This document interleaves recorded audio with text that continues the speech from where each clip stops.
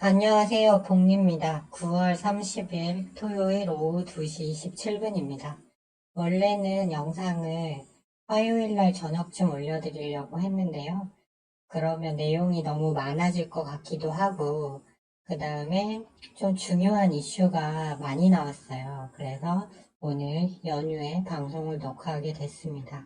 오늘 방송 순서는요, 일단 국채금리 유가 달러가 약세 전환하면서 미국장 기술적 반등 나올 자리라고 했는데, 일단 반등 움직임이 나오고 있습니다. 그래서 이걸 한번 분석해 볼 거고요.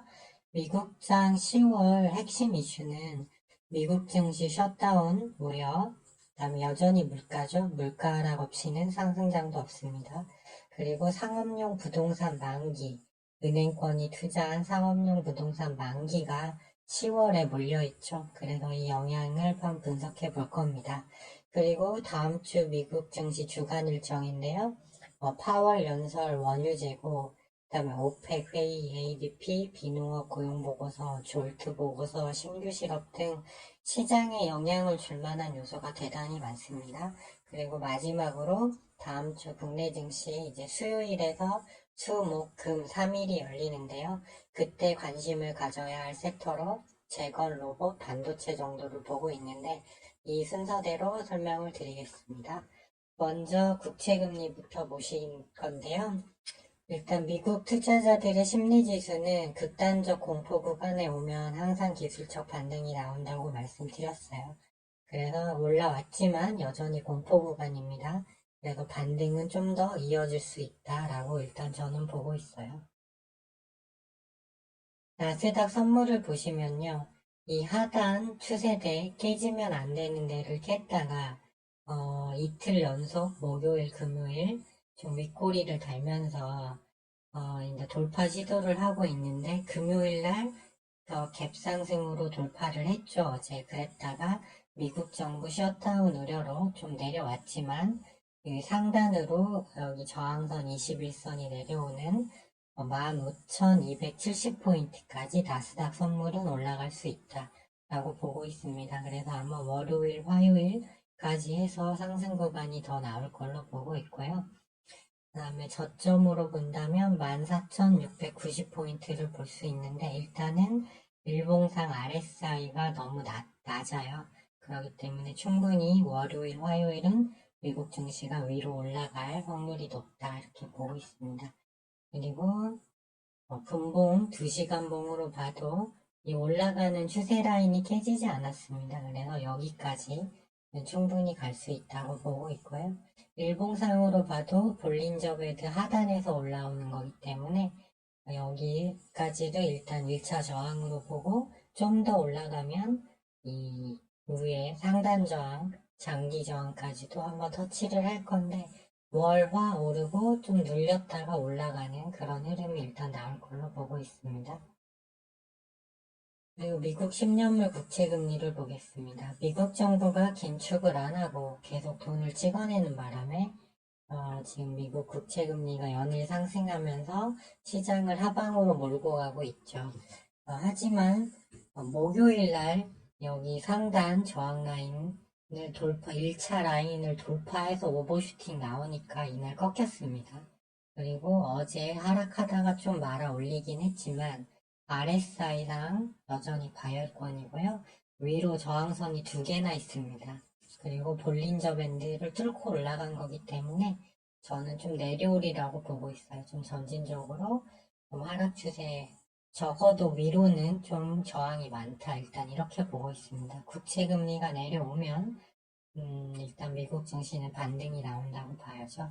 그리고 미국 정부 셧다운이 좀 오래되면 미국 정부가 돈을 지출할 수 없기 때문에 경기가 냉각되죠. 그렇기 때문에 10년물 국채금리 하락 요인이 됩니다.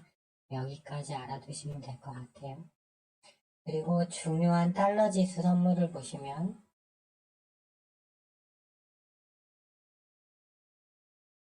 달러도 매우 중요하죠. 국채금리랑 동행 흐름입니다. 국채금리를 따라가고 있죠. 네, 보시면 역시 쉬지 않고 급하게 올라왔어요. 기울기가 급하죠. 그런데 상단 저항 라인입니다. 물론 상단 저항 맞고 국채금리 빠진 목요일부터 금요일까지 같이 빠졌다가 국채금리 올라오니까 달러도 올라왔지만 올라가도 우리가 바로 저항선입니다. 네, 그리고 일단 105는 돌파를 했어요. 돌파 안착했다고 봐야겠죠. 하단 지지라인이 올라왔으니까. 하지만 다음으로 107이 또 107.6이 기다리고 있어요. 그렇기 때문에 달러가 여기서 급격하게 위로 갈 일은 없다. 그리고 이제 국제유가를 봐야죠. 왜 국제유가라고 제가 유가가, 물가가 제일 중요한데 지금 핵심은 유가라고 말씀을 드렸어요. 유가가 올라면 국채금리와 달러도 오르지만 유가가 여기서 많이 가정을 해볼게요. 확 죽어버리면 국채금리와 달러도 떨어집니다. 그러면 주식시장이 반등이 나오겠죠. 근데 잘 보시면 역시 목요일날 유가가 밀리면서 미국 국채금리와 달러가 내려왔다고 보시는 게 맞아요. 왜냐하면 제가 모니터링 해본 결과 유가가 먼저 내려오니까 따라 내려왔거든요. 근데 이날 왜 내렸냐, 목요일날. 지금 국제유가는 러시아와 사우디의 감산에 따른 거기 때문에 100불대를 쉽게 가기 어렵다고 제가 말씀을 드렸어요. 그런데 바이든 대통령이 환경오염 때문에 규제를 하던 바다에서 석유를 시추하는 해양 플랜트 허가를 늘리겠다라고 말을 하면서 이날 하락이 나왔어요. 그리고 국채금리와 달러는 좀 올라왔는데 유가는 저점 부분에서 마무리가 됐죠. 네. 그렇기 때문에 일단은 하향입니다. 하향 추세. 그래서 90불에서 저번에 지지받고 올라왔지만 제가 봤을 때 89불까지도 내려갈 수 있어요. 그렇게 되면 주식시장은 반등하겠죠. 왜? 8, 9월 그 헤드라인 CPI가 왜 올랐습니까? 유가 때문에 오른 거고 휘발유 가격이 오르면 미국 소비자 물가도 올라가죠. 네, 그렇기 때문에 유가가 지금은 핵심입니다. 네, 이걸 잘 봐야 되는데 다행히 내려오는 추세. 그래서 고려했을 때 미국장은 월 화요일까지 반등 가능성이 일단 높다고 보는 겁니다. 이제 그 외에 좀 비트코인 한번 볼까요?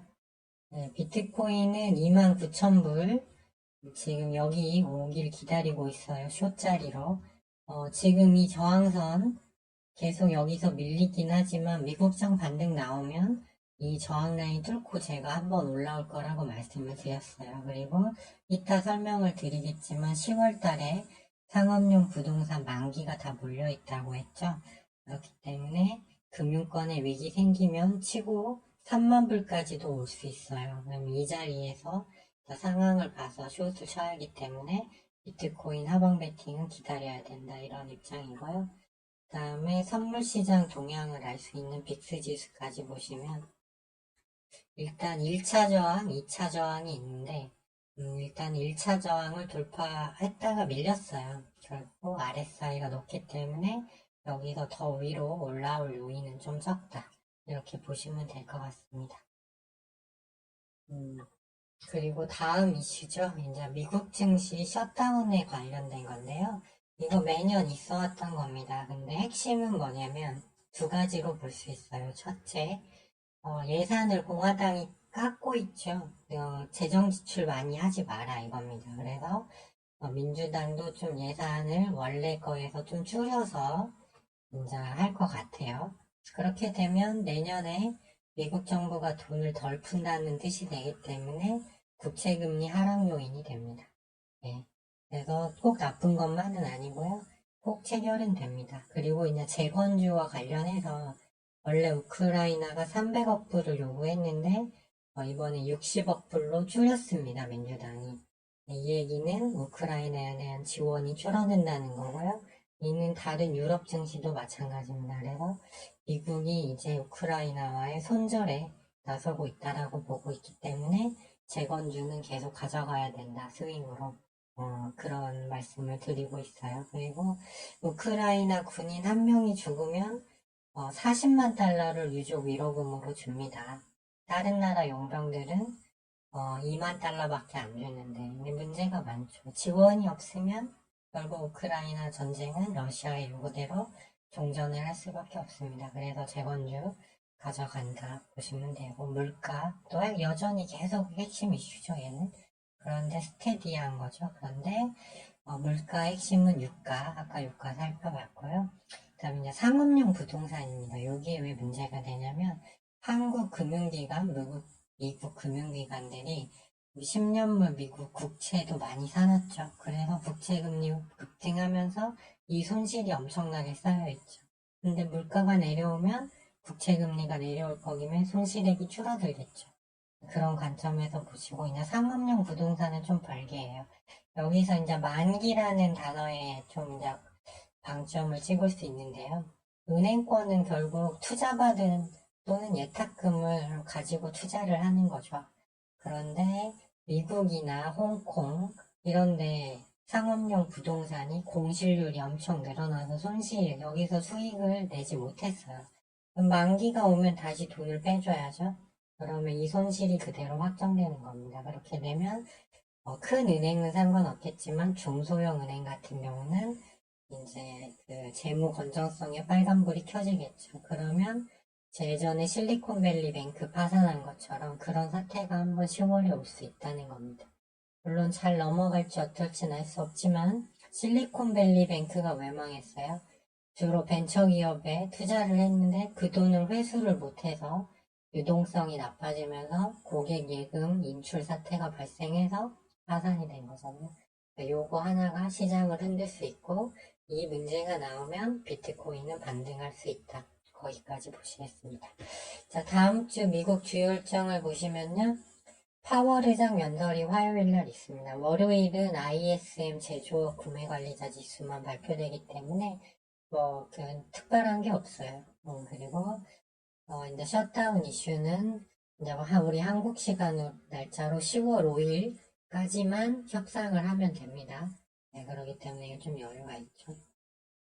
그리고 화요일은 파월 의장 연설, 그리고 물가에 중요한 원유 재고, 주간 원유 재고와 오펙 플러스 회의가 있습니다. 그런데 다운 뉴스 보니까 지금의 감산 기조를 유지한다고 해요.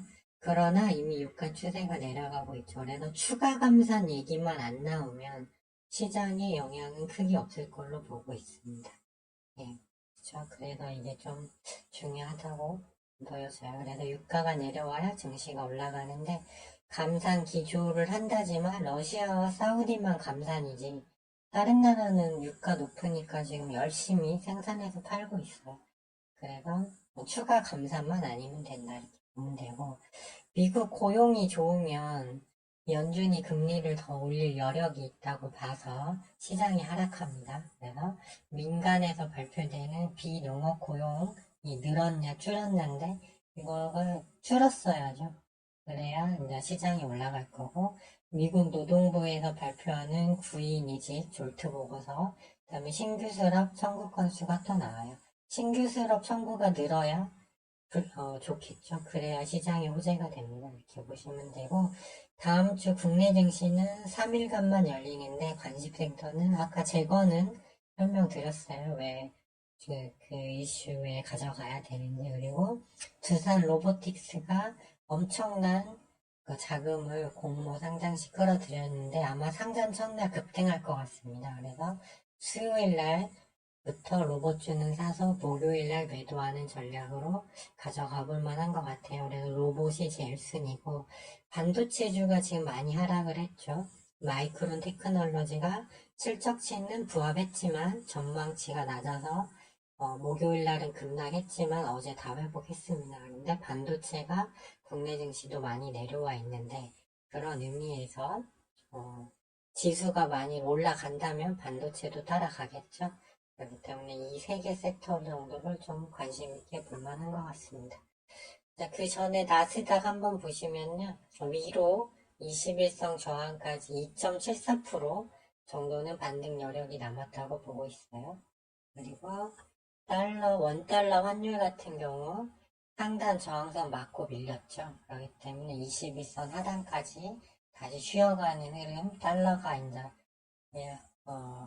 내려오면 얘도 내려오죠. 그래서 이 내려올 자리다. 이 저항선에 걸렸죠. 그렇게 보시면 될 것 같습니다. 그리고 이제 국내 증시 한번 보시면, 업종 차트 보시면, 코스피도 거의 저점에서 RSI 32 부분에서 반등이 나와서 위로 올라간다면 한 1.2%에서 1에서 2% 정도는 반등 여지가 있어요. 네, 그렇게 보고 있고, 코스닥 같은 경우도 RSI 하단에 투매 시그널 1년 만에 뜬 후에 제가 기술적 반등 나온다 했는데 나왔죠. 그래서 미국장이 월수까지 상승해서 끝난다면 국내 증시도 수목까지는 흐름이 좋을 수 있겠지만 여전히 위에 저항선까지 가면 또 저항받는다. 바닥을 다지는 시간이 필요하다. 이렇게 보시면 될 것 같아요. 그리고 이제 로봇주 보시면 유진 로봇하고 일봉 밑에가 60분봉입니다. 근데 유진 로봇 21선 해봉, 대동도 21선에서 반등, 대동기어도 21선 반등, RS 오토메이션, 누리오메카, SPG, 레인보우 로보틱스 다 좋아 보입니다. 자리가. 그래서 로봇주는 1순위 공략 대상이다. 이렇게 보시면 될 것 같고, 재건주, SY, SC 엔지니어링, 유신 다 21선 지지 받고 있어요. 물론 제가 추천해서 아직 SY 이런 건 다 유신은 매도했는데 금강공업하고 삼부토건은 아직 손실 중이라 매도를 안 했는데 얘네들도 위로 올라온다. 기다리면 된다. 이렇게 말씀드립니다. 그리고 이제 반도체 지수가 반등한다면 삼성전자도 21선까지 SK 하이닉스도 다시 21선을 회복하는 흐름이 나올 것 같아요. 그러면 반도체, 한미반도체나 두산 테스나 드림텍 이 정도 장 초반에 한번 공략해 볼 수 있겠죠. 네, 그래서 되도록이면 이제 약간 테마 쪽보다는 테마 쪽은 변동이 심해서 제가 이거를 뭐가 좋다 이렇게 말씀을 드리기가 어렵고 일단은 큰 테마 흐름으로 가는 로봇하고 그 다음에 재건 쪽은 위치가 고가권이 아니에요. 그렇기 때문에 말씀드린 거고 시총 상위 쪽에서는 반도체 정도 트라이 해보면 되지 않을까 이렇게 생각합니다. 네, 남은 주말 잘 보내시고요. 저는 수요일날 다시 영상을 가지고 찾아뵙도록 하겠습니다. 남은 연휴 잘 보내시기 바랍니다.